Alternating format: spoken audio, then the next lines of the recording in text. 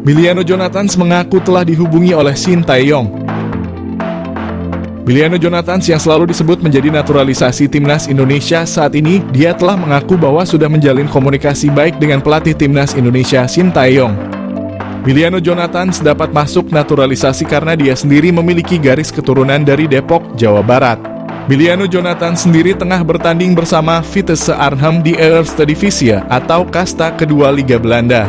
Miliano Jonathans setelah ditanyakan apakah pernah dihubungi oleh Shin Tae-yong, dengan santainya dia menjawab, "Ya, kami masih berkomunikasi," jawabnya dinukil dari ESPN Belanda. Miliano Jonathans sendiri mengaku masih membuka peluang untuk membela timnas Indonesia. Diketahui Miliano juga pernah dipromosikan ke tim utama sejak tahun 2022, akan tetapi karena usianya yang masih muda dia lebih turun di Liga Belanda U21. Miliano Jonathans target naturalisasi timnas Indonesia. Suntikan tenaga tengah atau sayap. Timnas Indonesia telah bertekad lolos ke putaran keempat kualifikasi Piala 2026. Untuk memuluskan misi itu, timnas Indonesia dikabarkan akan menambah kekuatan baru. Salah satu yang merupakan pemain santer yang telah diberitakan akan segera di WNI-kan demi timnas Indonesia adalah Miliano Jonathans, yang merupakan penyerang Vitesse Arnhem yang bermain pada kasta kedua Belanda.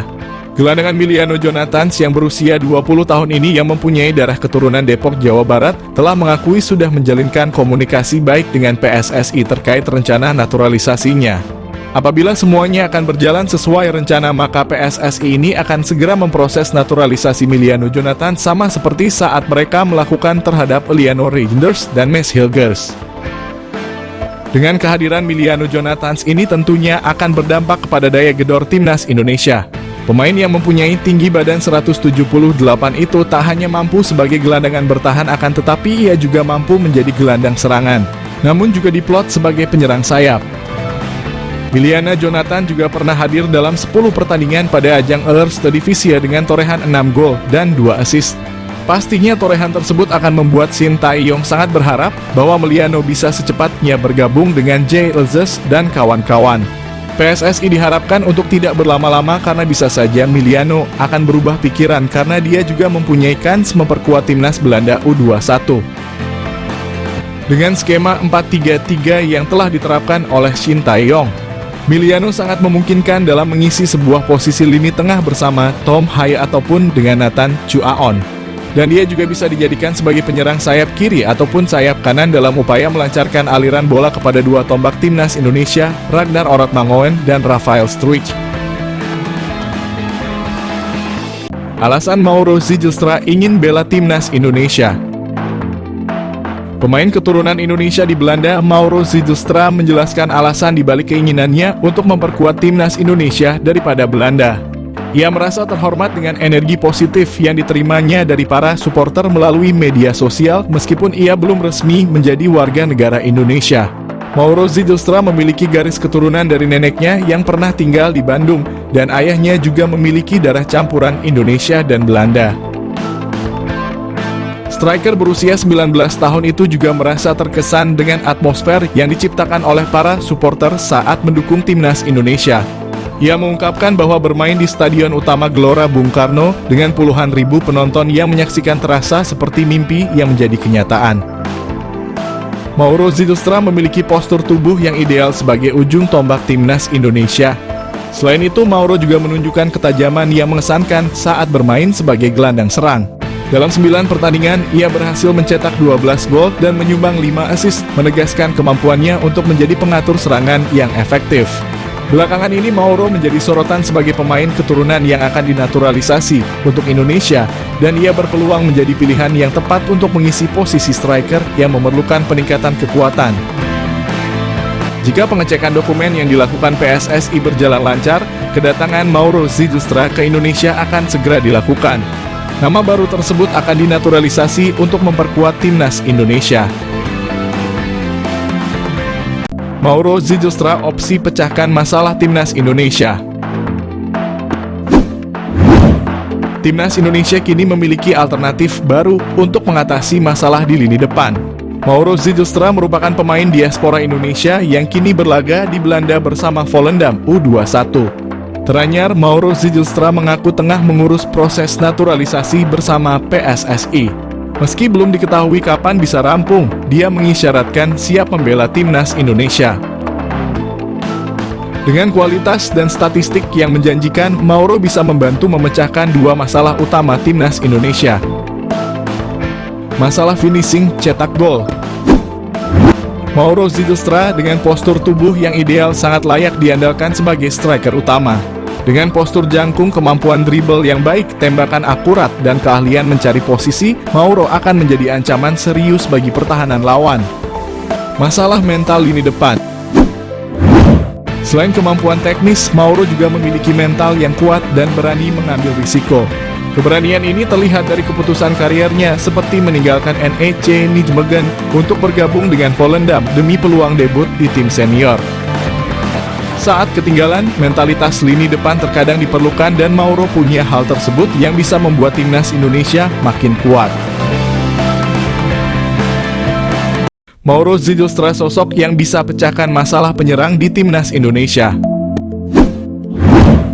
Timnas Indonesia mendapat alternatif baru untuk menyelesaikan permasalahan defisit striker yang ada di skuad mereka. Alternatif ini ada di sosok Mauro Zijlstra. Penyerang berusia 19 tahun ini merupakan salah satu pemain diaspora Indonesia yang merumput di Belanda. Ia bermain di kompetisi U21 bersama NEC Nijmegen. Soal kualitas di dalam lapangan, tak ada yang perlu diragukan dari sosok Mauro. Ia berstatus runner-up dalam daftar pencetak gol terbanyak di kompetisi U21. Sementara soal kemauan membela timnas Indonesia, Mauro juga tak perlu lagi diragukan. Ia sudah memastikan siap untuk membela Merah Putih. Mauro lahir pada 9 November 2004 lalu. Ia lahir dari keluarga campuran. Ayahnya memiliki darah Indonesia. Darah Indonesia ini hadir dari sang ibu nenek Mauro yang berasal dari Bandung. Sementara ibu Mauro berasal dari Belanda. Bagi Mauro, sosok keluarga ini sangat berpengaruh terhadap karier sepak bolanya. Terutama sang ayah selalu memberi saran agar karier sepak bola Mauro terus berkembang. Tak hanya itu, keluarga Mauro selalu membantunya untuk meretas karier di lapangan hijau, termasuk mengantarnya berlatih. Karier sepak bola Mauro dimulai ketika bergabung dengan AZ Alkmaar pada 2011 lalu. Tak lama, ia kemudian pindah ke tim muda AFC Amsterdam. Bersama AFC Amsterdam, Mauro menempuh tiap jenjang usia. Namun semusim bermain di tim U18A, ia meninggalkan AFC Amsterdam dan hengkang ke NEC Nijmegen U21. Saat berseragam NEC U21, Mauro kian matang. Ia merupakan salah satu andalan tim tersebut. Terbukti sepanjang musim ini, ia bermain dalam 19 laga kompetisi U21. Mauro sendiri memang sangat layak menjadi andalan timnya. Pemain bertinggi 188 cm ini dikenal sebagai salah satu pendulang gol ulung. Dalam 19 pertandingan tersebut, Mauro mencetak 9 gol. Selain itu, ia juga mencatatkan 1 assist. Mauro sendiri memiliki modal apik untuk menjadi pendulang gol andal.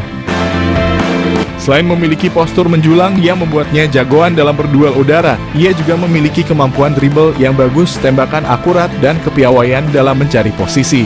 Dengan modal seperti ini, mengawal sosok Mauro bakal menjadi tugas berat bagi barisan pertahanan lawan. Tak hanya kemampuan teknis, Mauro juga punya kualitas mental jempolan. Ia tak takut untuk mengambil risiko. Tak hanya ditunjukkan di lapangan hijau, keberanian Mauro mengambil risiko tersebut juga ditunjukkannya dalam mengambil keputusannya dalam mengambil jalan karier. Mauro berani meninggalkan zona nyamannya di NEC Nijmegen. Ia meninggalkan klub tersebut dan bergabung dengan Volendam.